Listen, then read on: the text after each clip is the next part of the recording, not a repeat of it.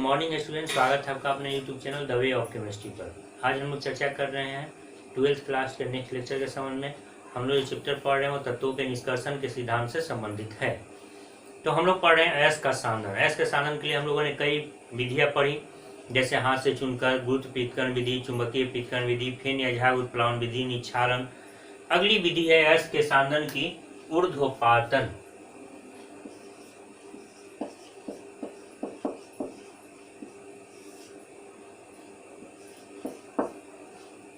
इसे हम लोग सब्लिमेशन भी कहते हैं।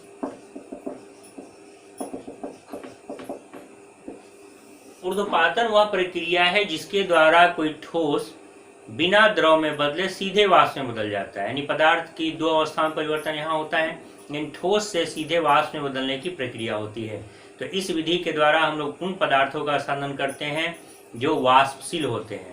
यानी वाष्पशील और अवाष्पशील पदार्थों को अलग करने के लिए हम लोग इस विधि का प्रयोग करते हैं। ऊर्ध्वपातन वह प्रक्रिया है जिसके द्वारा कोई ठोस पदार्थ सीधे वाष्प में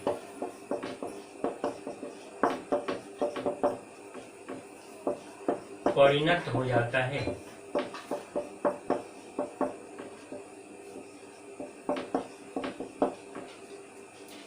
इस विधि के द्वारा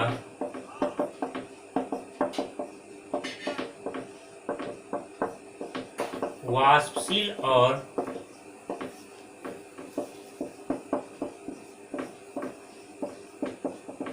अवाष्पशील पदार्थों को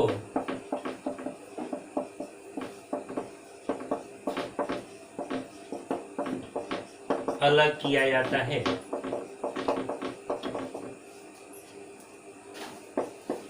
Sublimation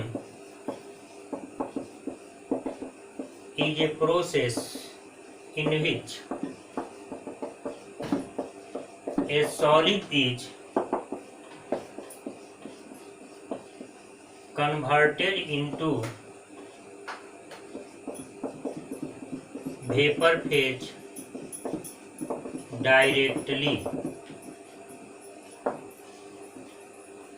by the help of this process.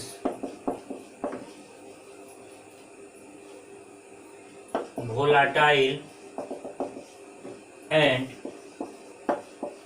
non-volatile substances are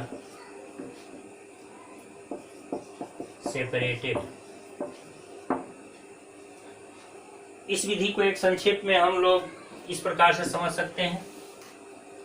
मान लिया जाए कि एक पात्र या बर्तन है जिसमें वाष्पशील और अवाष्पशील दोनों पदार्थ मिल चुके हैं। इस विधि को हम लोग इस प्रकार से समझ सकते हैं कि एक पात्र है जिसमें वाष्पशील और अवाष्पशील दोनों प्रकार के जो पदार्थ हैं वो मिश्रित हो चुके हैं। हम लोग करते क्या है, इस पात्र को ज्वालक की सहायता से गर्म करते हैं।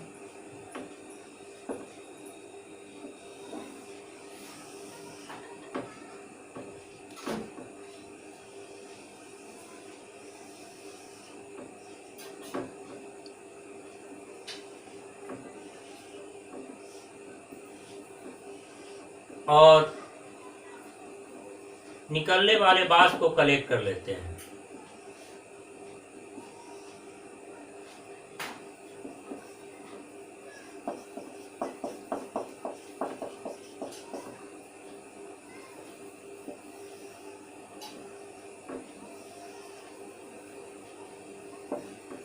स्टैंड की सहायता से बर्नर या ज्वालक, कोनिकल फ्लास्क, इसमें जैसे हम लोग मान लिया जाए कि NaCl और अमोनियम क्लोराइड दोनों का मिश्रण लेते हैं, गर्म करते हैं तो अमोनियम क्लोराइड वाष्पशील होने वाला पदार्थ है, इस ट्यूब से बाहर निकलता है और ये जो उल्टा लटकी हुई कीप है, इसके मुंह को रुई से बंद किए यहाँ पर आकर यह संघनित हो जाता है, कलेक्टेड हो जाता है। तो यहाँ पर हम लोग को प्राप्त होता है वाष्पशील पदार्थ, जैसे नौसादन,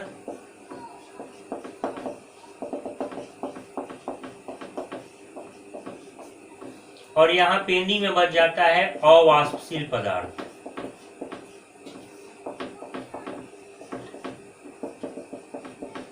नॉन वोलाटाइल सब्सटेंस। तो एक बर्नर या ज्वाला की सहायता से जब हम लोग गर्म करते हैं तो वाष्पशील पदार्थ जो है वाष्प बन करके ऊपर जाता है, जिसको हम लोग कलेक्ट करके संघनित कर लेते हैं और अवाष्पशील पदार्थ पेंदी से प्राप्त हो जाता है। यानी इस प्रोसेस में एक बर्नर लेते हैं, कोनिकल फ्लास्क लेते हैं, एक सिंपल प्रोसेस है। एक उल्टा कीप लेकर के उसको हम लोग उसके छिद्र को रुई से बंद कर देते हैं और उल्टा लटका देते हैं। यह जो है उल्टा कीप है।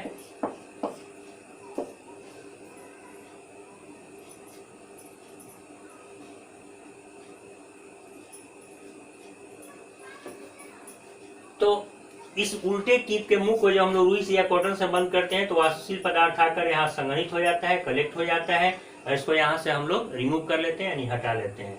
तो इस विधि को हम लोग कहते हैं ऊर्ध्वपातन यानी सब्लिमेशन। तो ये विधियां थी अयस्क के सांद्रण की। तो ये थी अयस्क के सांद्रण की प्रमुख विधियां। अब हम लोग चर्चा करेंगे ऑक्साइड में परिवर्तन।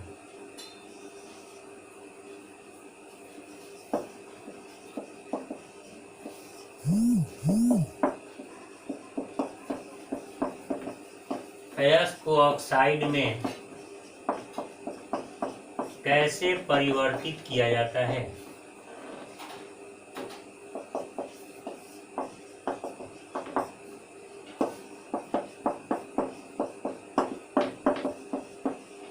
How ores are converted into oxides?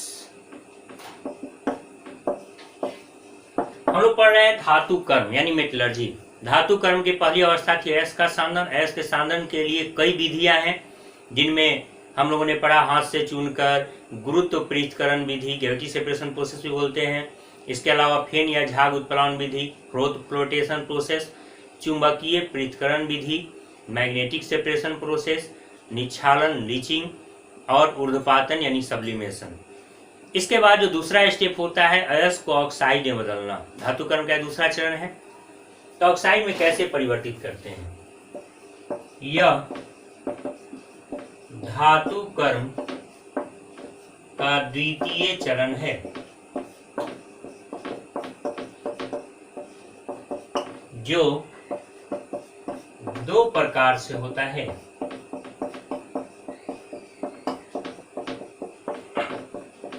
It is the second step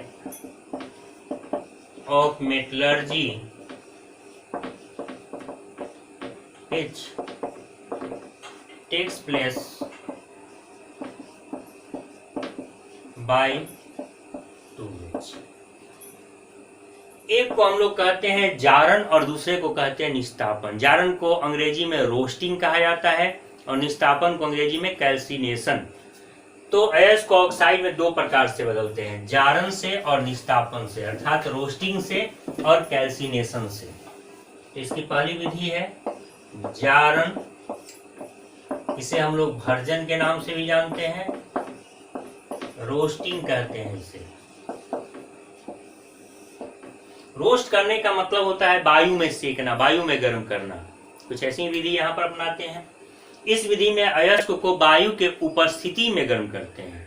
तो जारण या भर्जन एक ऐसी प्रक्रिया है जिसमें सांदित अयस्क को वायु के उपस्थिति में गर्म किया जाता है। जबकि जो दूसरा प्रोसेस है निस्तापन, उसमें अयस्क को हम लोग वायु के अनुपस्थिति में गर्म करते हैं। प्रश्न यह उठता है कि जो जारण या भर्जन या रोस्टिंग है ये किस प्रकार के अयस्क के साथ अपनाते हैं? तो ये प्रायः सल्फाइड अयस्क के साथ अपनाते हैं। इस विधि में सल्फाइड अयस्क जो है वो अपने ऑक्साइड में बदलता है और इस विधि को हम लोग चूंकि ऑक्सीजन के उपस्थिति में संपन्न कराते हैं, इसलिए यहाँ पर ऑक्सीकरण अर्थात ऑक्सीडेशन होता है। तो जारण या भर्जन के बारे में हम पढ़ रहे हैं। जारण या भर्जन वह प्रक्रिया है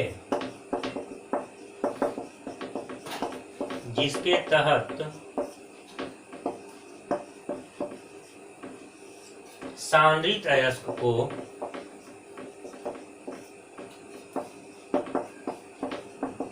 वायु के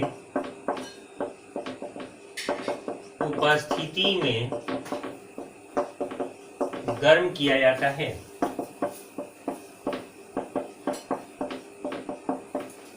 इस प्रक्रिया के फलस्वरूप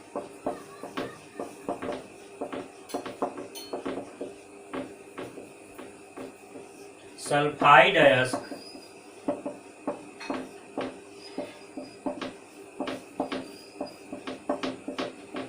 अपने ऑक्साइड में बदल जाता है।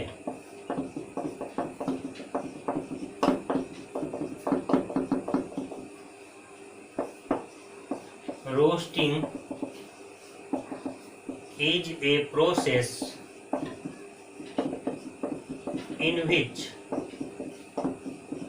concentrated ore is heated in the presence of air.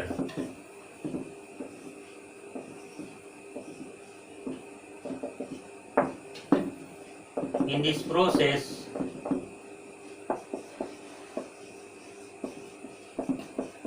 sulfide ores are converted into their oxide. तो यहाँ पर एक चीज ध्यान देंगे, रोस्टिंग की प्रक्रिया सल्फाइड अयस्क के साथ प्रायः संपन्न की जाती है। तो सल्फाइड अयस्क के साथ दो प्रोसेस फिक्स हो गए, कौन? एक फेन या झाग उत्प्लावन विधि द्वारा सांधन और दूसरा जारण, जिसको हम लोग कहते हैं रोस्टिंग, भर्जन भी कहते हैं।